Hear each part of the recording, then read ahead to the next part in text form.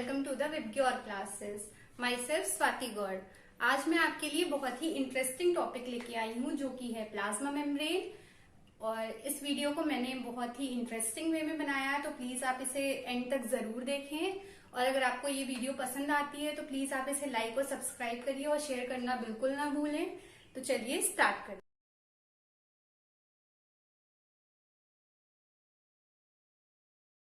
तो चलिए आज के सेशन में हम बात करेंगे प्लाज्मा मेम्ब्रेन की, उसके स्ट्रक्चर और फंक्शंस की, ट्रांसपोर्ट की और फॉर्म्स ऑफ ट्रांसपोर्ट की।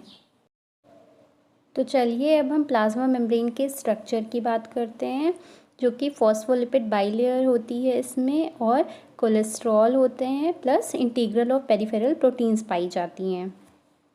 फॉस्फोलिपिड बाइलेयर कैसी है? एम्फीफिलिक नेचर की है, मतलब इसमें एक पोलर जो हेड ग्रुप है वो हाइड्रोफिलिक होता है और जो दो नॉन पोलर टेल ग्रुप्स हैं वो हाइड्रोफोबिक होती हैं। आइए यहाँ देखिए, जेरी को बहुत हंसी आ रही है।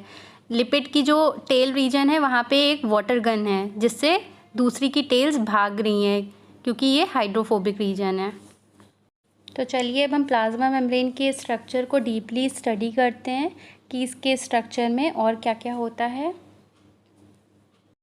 तो ये सारे सेल्स को बाहर से कवर करता है, तो ये क्या है? आउटरमोस्ट कवरिंग है सभी सेल्स की। इसकी वजह से जो सेल का साइटोप्लाज्मिक कंटेंट रहता है वो बाहर के एनवायरनमेंट से सेपरेट रहता है। हर सेल के पास सेलेक्टिवली परमिएबल मेम्ब्रेन होती है, जिससे कुछ ही सेलेक्टेड जो सब्सटेंसेस हैं वो टू और फ्रो मूवमेंट कर सकते हैं अक्रॉस प्लाज्मा मेम्ब्रेन। ये अबाउट 7 to 10 सेंटीमीटर थिक होती है और इसे हम इलेक्ट्रॉन माइक्रोस्कोप के अंडर देख सकते हैं। ये किसकी बनी होती है? ये लिपिड और प्रोटीन्स की बनी होती है और ये सेल साइटोप्लाज्म से सेपरेट नहीं की जा सकती। चलिए अब हम बात करते हैं फंक्शंस की, कि प्लाज्मा मेम्ब्रेन के फंक्शंस क्या क्या हैं। इसकी वजह से ही सारे सेल्स को एक डेफिनेट शेप प्रोवाइड होता है। ये एक बैरियर का काम करता है जिससे सेल कंटेंट को प्रोटेक्शन मिलती है। अब हम बात करते हैं इसके सिलेक्शन प्रोसेस की। यहाँ पे न्यूट्रिएंट सेल मेम्ब्रेन से परमिशन ले रहा है अंदर जाने की, और ये सेल मेम्ब्रेन ने परमिशन दे दी है। तो इसके पास सेलेक्टिवली परमिएबल मेम्ब्रेन होने की वजह से ये कुछ ही सब्सटेंसेस को एंट्री और एग्जिट की परमिशन देता है। यहाँ पे प्रोटीन चैनल सॉल्ट से पूछ रहा है कि do you have an appointment. अगर आपके पास अपॉइंटमेंट है तभी आप इसके थ्रू जा सकते हैं। इसके पास फ्लेक्सिबिलिटी होने की वजह से ये लार्ज मॉलिक्यूल्स को खा लेता है, बिल्कुल वैसे ही जैसे यहाँ पे चीकू केक को खा रहा है। तो इस प्रोसेस को क्या कहते हैं? एंडोसाइटोसिस। प्लाज्मा मेम्ब्रेन के सरफेस पे कुछ केमिकल्स होने की वजह से वो फॉरेन सब्सटेंसेस या फिर माइक्रोब्स को डिटेक्ट कर लेता है और उनको अंदर नहीं जाने देता। वो अपनी आर्मी तैयार कर लेता है कि नहीं, मैं इस माइक्रोब को नहीं जाने दूंगा। तो चलिए अब हम देखते हैं कि सब्सटेंसेस अंदर और बाहर प्लाज्मा मेम्ब्रेन के कैसे मूव करते हैं। तो आइए अब हम बात करते हैं इसकी। यहाँ पे बेचारा कुश बहुत घोर चिंतन में होता हुआ कि आखिर ये सब्सटेंसेस अंदर बाहर कैसे जाते हैं। तो कुछ ढूंढते हुए कि इसका सल्यूशन क्या है, ये कैसे जाते हैं। Oh here we go. तो चलिए अब इसको पता चल गया है कि ये सब्सटेंसेस आखिरकार प्लाज्मा मेम्ब्रेन के अक्रॉस कैसे जाते हैं। ये कुछ प्रोसेसेस के थ्रू जाते हैं। पहला है डिफ्यूजन, दूसरा है ऑस्मोसिस, तीसरा है एंडोसाइटोसिस एंड फेगोसाइटोसिस। तो अब हम इसके बारे में जानेंगे कि ये तीनों प्रोसेसेस हैं क्या। यहाँ पे अब हम डिफ्यूजन की बात करेंगे। यहाँ पे क्या है, जैसे ये जार को ओपन करते हैं इसके मॉलिक्यूल्स बाहर जा रहे हैं। ऐसे ही क्या होता है, जब हम परफ्यूम की बॉटल खोलते हैं तो इसकी स्मेल पूरे रूम में फैल जाती है। तो यहाँ पे हम देखते हैं जब हम टी बैग यूज़ करते हैं तो उसमें टेनिन जो होता है वो हाई कंसनट्रेशन से लो की तरफ जाता है, मतलब वो वाटर में डिजोल्व होने लगता है। तो diffusion is the process in which movement of particles arise from area of high concentration to low. अगर हम इसको सिंपली डिस्क्राइब करें तो क्या है, it is the process in which molecules moves along concentration gradient and no energy is required. आप इसे ऐसे समझिए, जब आप ज़्यादा भीड़ वाली जगह से कम भीड़ वाली जगह में जाएंगे तो आपकी एनर्जी बिल्कुल नहीं लगती। तो यहाँ पे देखिए डाई मॉलिक्यूल जब हमने वाटर में डाला तो ये धीमे धीमे स्प्रेड हुआ। थर्ड वाली स्टेट में ये बिल्कुल इक्विलिब्रियम स्टेट पे आ गया।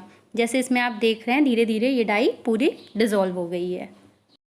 ये भी दो तरीके से होता है। सिंपल में ये ऐसे ही पार्टिकल्स मूव कर जाते हैं मेम्ब्रेन के थ्रू, और फैसिलिटेटेड में इनको कैरियर प्रोटीन की ज़रूरत होती है।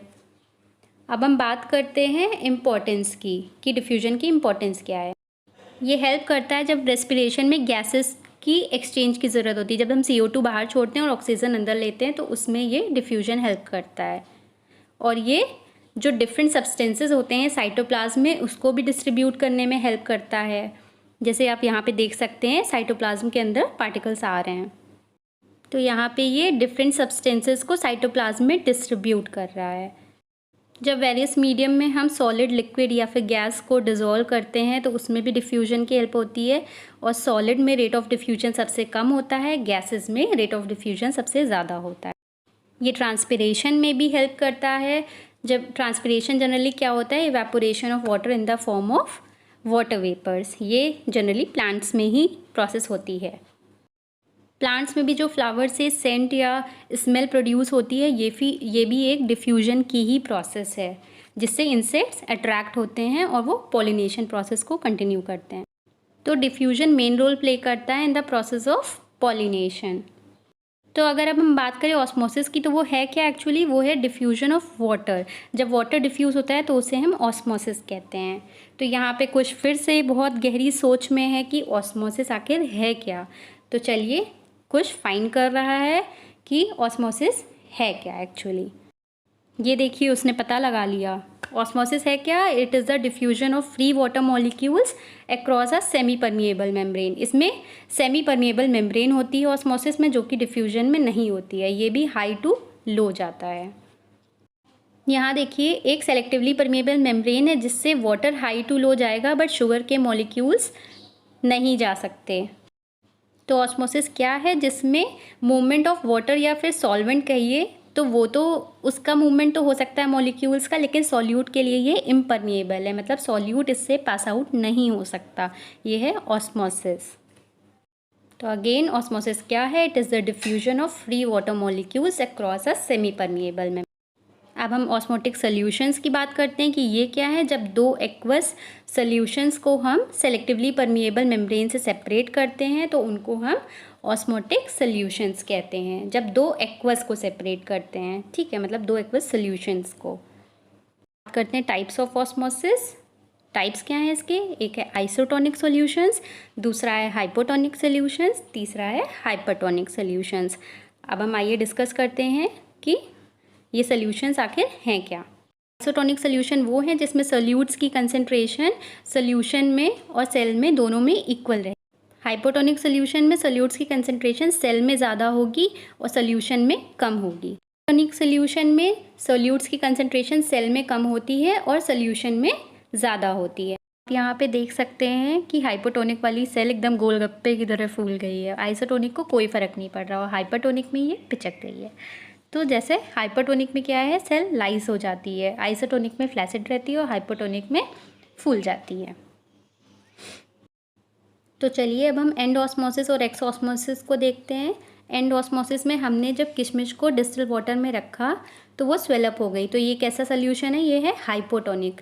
और जब हमने सॉल्ट सोल्यूशन में डाला उसे तो वो श्रिंक हो गई, तो ये कैसा है, हाइपरटोनिक सोल्यूशन। तो चलिए अब हम इसकी इम्पोर्टेंस की बात कर लेते हैं। जो रूट्स होती हैं प्लांट्स की, वो जो वाटर एब्जॉर्ब करती हैं किससे, सॉइल से, वो इस प्रोसेस के थ्रू ही एब्जॉर्ब करती हैं। तो ये इसके लिए बहुत इम्पॉर्टेंट प्रोसेस है। तो हम अपने लास्ट टॉपिक की बात कर लेते हैं जिसमें है पैसिव और एक्टिव ट्रांसपोर्ट। पैसिव में क्या होता है, एनर्जी यूज़अप नहीं होती है, बट एक्टिव में एनर्जी यूज़अप होती है। तो इसमें है active and passive transport. Passive में क्या हो रहा है, सिंपली मॉलिक्यूल्स मेम्ब्रेन के क्रॉस आ जाते हैं, और एक्टिव में इसको लाने के लिए एनर्जी की ज़रूरत होती है, मतलब ATP की ज़रूरत होती है। तो यहाँ पे हम देख लेते हैं कि पैसिव क्या है, जिसमें हाई टू लो सब्सटेंसेस जाएंगे, और जो एक्टिव है उसमें लो टू हाई जाएंगे। तो इसमें एनर्जी की रिक्वायरमेंट होगी क्योंकि लो टू हाई जा रहे हैं। तो पैसिव में देखिए हाई टू लो जा रहे हैं तो एनर्जी की रिक्वायरमेंट नहीं है। तो यहाँ पे देखिए जो ट्रांसपोर्ट हो रहा है उसमें एक्टिव में एनर्जी की ज़रूरत होती है। तो एंडोसाइटोसिस कैसी प्रोसेस है जिसमें एनर्जी की ज़रूरत होती है, बट ऑस्मोसिस डिफ्यूजन में ज़रूरत नहीं होती, तो ये पैसिव ट्रांसपोर्ट है। द साइंस ऑफ ईटिंग, तो ये किसकी बात हो रही है? एंडोसाइटोसिस की। इसमें क्या होता है, लार्ज मॉलिक्यूल्स खा लिए जाते हैं। तो यहाँ पे देखिए सेल सब्सटेंसेस को मेम्ब्रेन से सराउंड कर ले रही है। फेगो में फूड को लेते हैं, पिनो में वाटर को। Thank you for watching this video. I hope this session is helpful for you, और आगे मैं ऐसे ही वीडियोस लेके आती रहूंगी। तो आप प्लीज हमारे चैनल को सब्सक्राइब करना बिल्कुल ना भूलें, और आप बेल आइकन को जरूर प्रेस करें ताकि आप हमारे चैनल से अपडेटेड रह सकें।